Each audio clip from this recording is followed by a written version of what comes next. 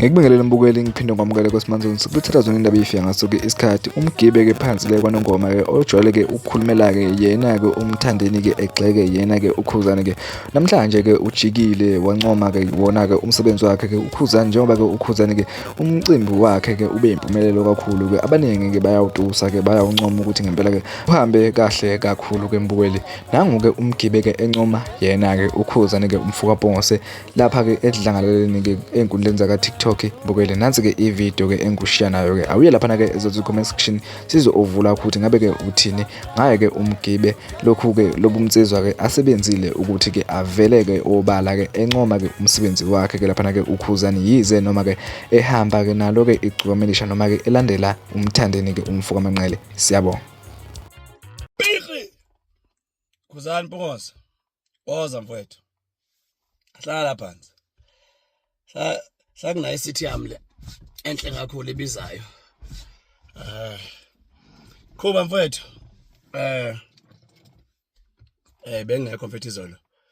Lokho ngihamba ngolwesine lapha bengama Restburg. Ngiyafika nje manje la eGoli.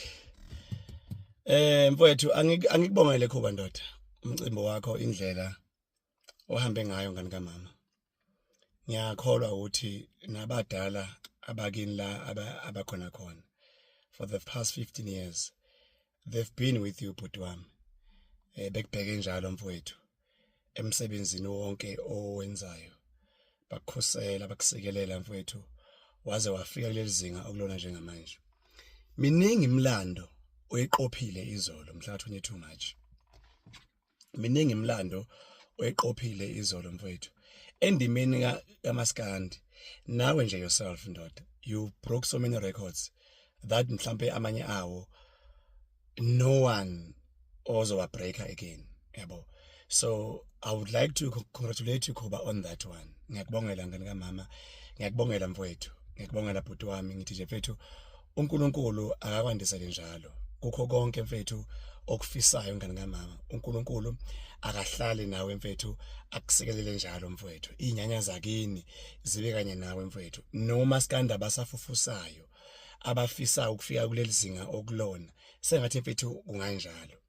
Ngiyabona mfethu kuningi abantu abakupostayo okunegative about ibhlukwe lakho, about mhlawumbe ukuthi you were faking uChris Brown and stuff.